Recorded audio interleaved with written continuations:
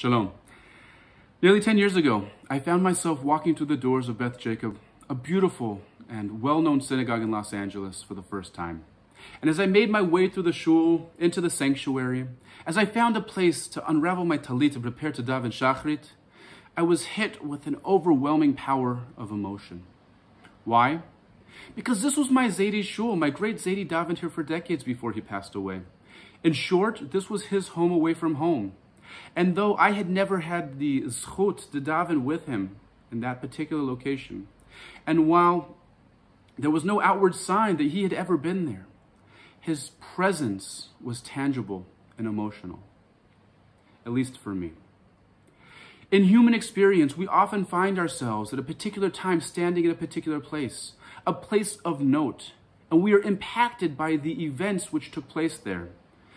If you can recall in your own experiences, perhaps walking through the run-down derelict walls, the hollowed-out walls of empty shuls in Poland, standing on the ground of a concentration camp, or perhaps on the hollowed ground of a battlefield, we feel the voices, we hear the voices of the past as they reverberate through history and somehow have the ability to touch us, to impact us in the here and now, in the present.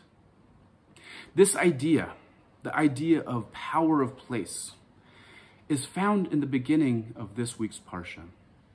We are introduced to the words that Moshe Rabbeinu says to the Jewish people. Ele Devarim asher diber Moshe el kol Yisrael. These are the things which Moshe says to all of Israel. But the pasuk begins describing for us with incredible detail the exact location where these words were spoken. It says, Be'ever hayarden, b'midbar, b'arava, mul sof ben paran, ben tofel levan, v'chatzerot v'di zahav.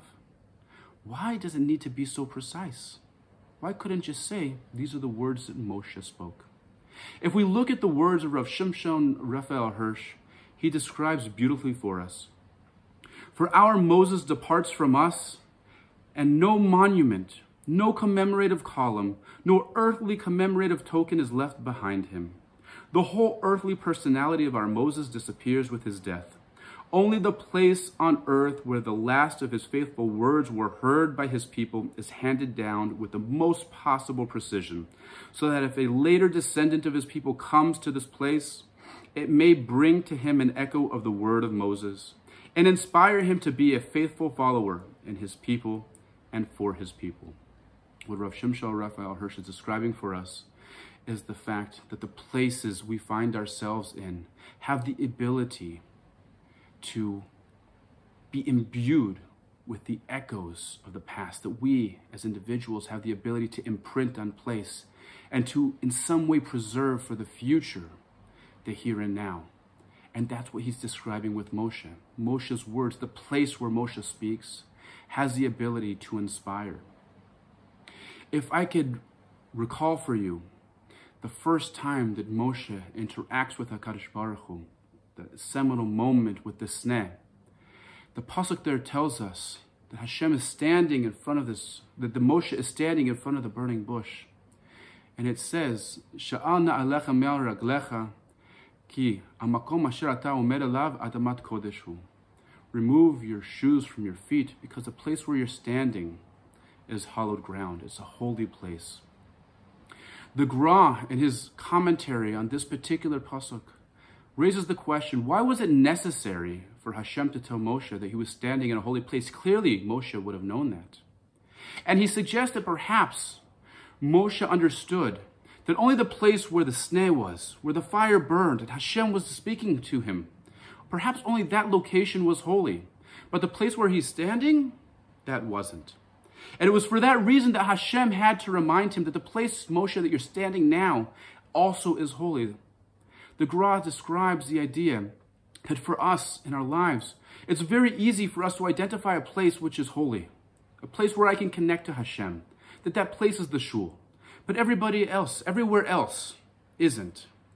And the Gra is describing from that pasuk that no, the place where you stand now has the ability to be imbued with Kedusha as well.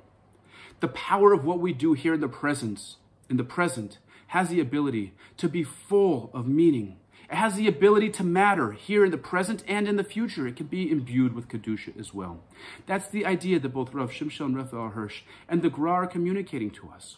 That our actions here in the present matter. And they matter not just for the here and now, they matter for the future. Because everything that we do, the ability that we have, the latent potential that we have, has the ability to be maximized only in the present. And for us to live mindfully in the present, to bring out our Tzelem Elokim in the present, in the same way that Moshe was able to connect not just with the people he spoke to, but with the location he found himself in, and to imprint himself on the location. We so too have the ability to do that, because we don't know what greatness exists within us, what great potential we have, and when that's going to come out. But if we can be present in every moment, we can be aware and bring it out together with the people we interact with the chesed that we do, with that which we learn, with the people that we impact. If we keep that lesson in mind, if we connect to that, that we have the ability to help bring out our own Tzelem Elokim and the Tzelem Elokim of others. And we can, just like Moshe, be able to impact not only on the here and now, but hopefully have an impact which reverberates, even if only for our loved ones, into the future. Shabbat Shalom.